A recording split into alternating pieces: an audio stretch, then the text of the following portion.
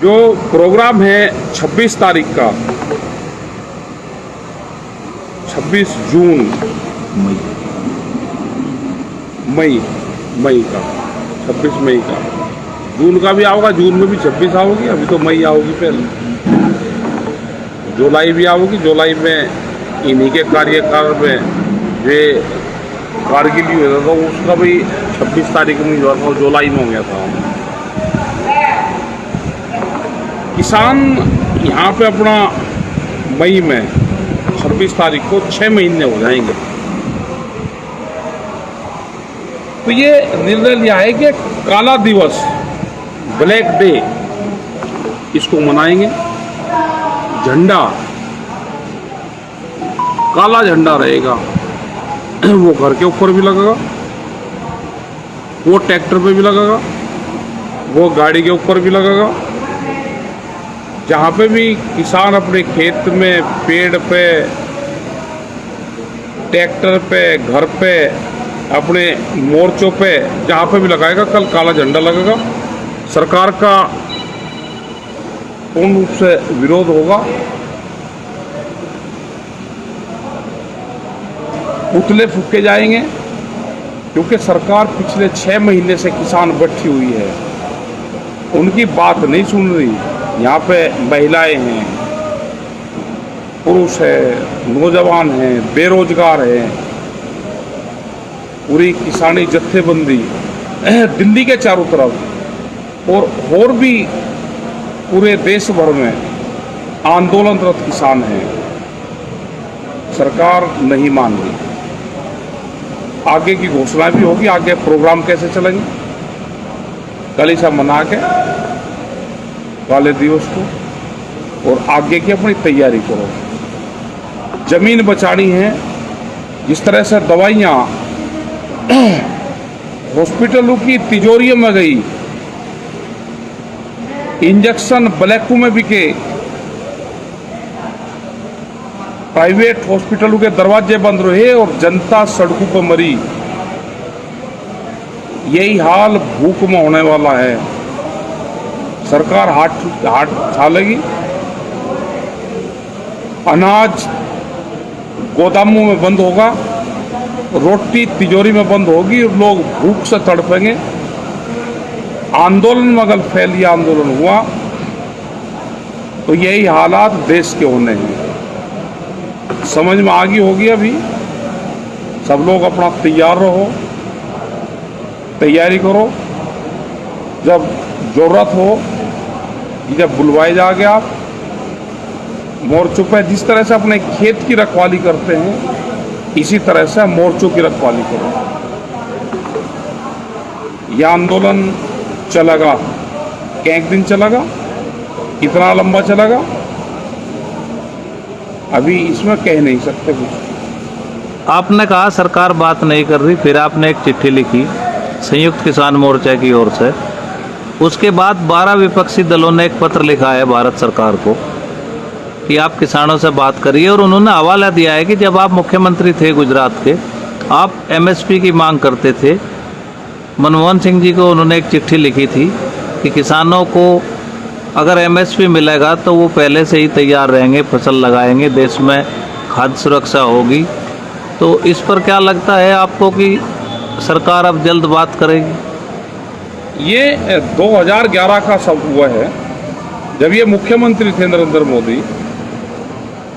एक मुख्यमंत्री की एक कमेटी बनी थी, फाइनेंशियल एडवाइजर की एक कमेटी बनी थी इनकी, ये भी उसके मेंबर थे, और इन्होंने एक चिट्ठी लिखी थी। इनका एक प्रस्ताव गया था सबका, और ये था कि एमएसपी पे पक्का कानून बनना चाहिए। अगर उस टाइम पे मुख्यमंत्री रहते हुए कानून बनाने की बात कर सकते हैं, आज जब इनके हाथ में सत्ता आई तो आज उससे क्यों भाग रहे हैं, और कैसे भाग सकते हैं? जनता इनको कहाँ भागने देगी? जनता नहीं भागने देगी। जनता के जो सवाल है उसके जवाब देने पड़ेंगे। अपने घोषणा पत्र को उठा लो। घोषणा पत्र में है कि स्वामीनाथन कमेटी की रिपोर्ट को लागू करेंगे, C2+50% वाला फार्मूला लागू करेंगे, उस फार्मूले को लागू करो, उससे 3100 रुपये पर क्विंटल गेहूं का रेट बैठता है। आप कैसे नहीं दोगे? गन्ने का 20,000 करोड़ रुपए से भी ज्यादा बकाया खाली उत्तर प्रदेश का, आप कैसे रोक लोगे? बिजली के रेट सबसे ज्यादा उत्तर प्रदेश के, ये अब चलने वाला है नहीं। जनता जागी, जनता को जाग के और तैयारी कर लो अपनी। आपने एक बहुत गंभीर सवाल उठा जो कॉरपोरेट की तरफ इशारा करता है।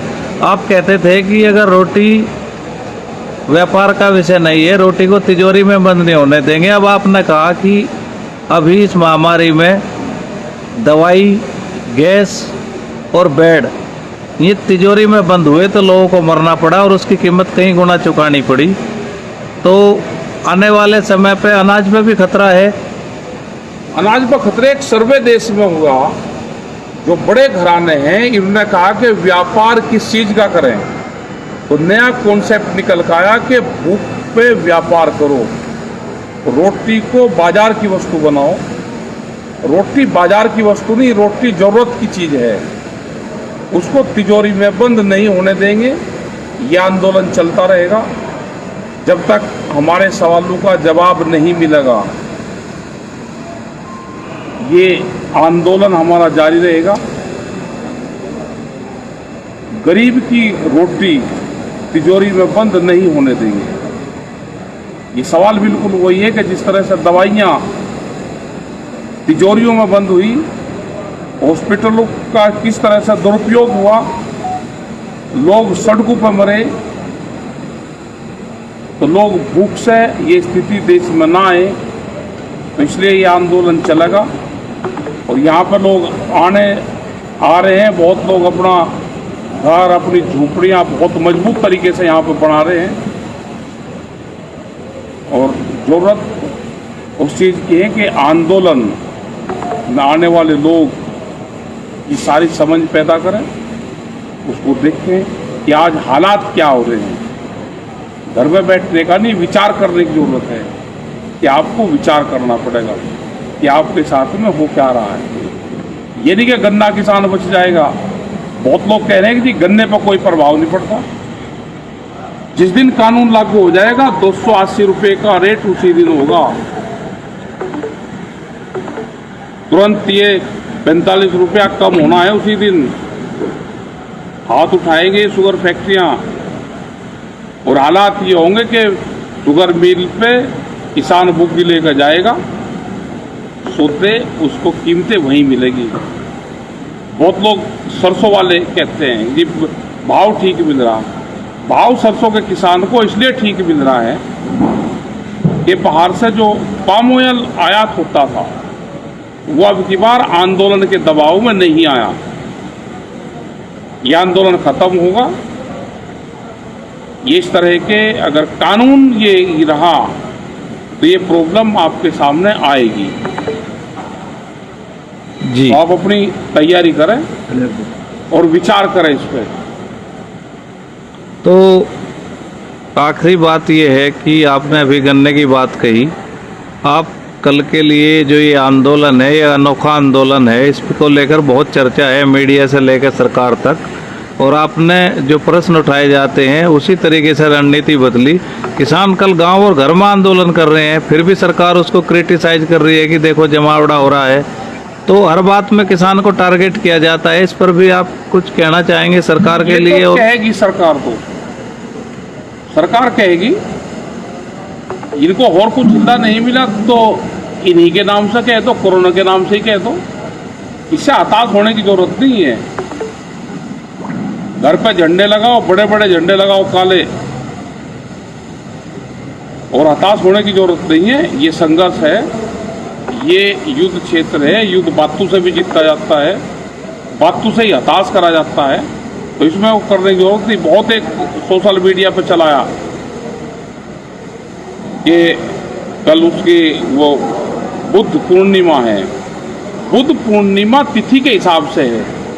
क्या पिछले साल भी बुद्ध पूर्णिमा 26 तारीख की थी?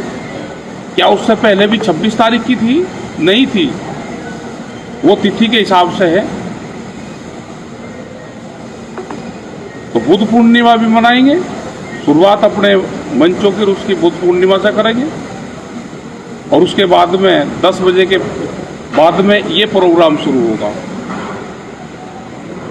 सब बुद्धिस्ट लोग हैं, उसको मानने वाले लोग हैं, उनके उपदेश को मानने वाले लोग हैं। हम भी उसी विचारधारा से हैं सब। तो आपस में गलतफहमी कोई ना पाले कि बुद्धिस्ट किसी एक कौम, बिरादरी, जाति, धर्म के थे। बुद्धिस्ट सबके थे और पूरे दुनिया भर में उनके फॉलोवर हैं। हम भी सब उसी परंपरा को मानने वाले सब लोग हैं। धन्यवाद।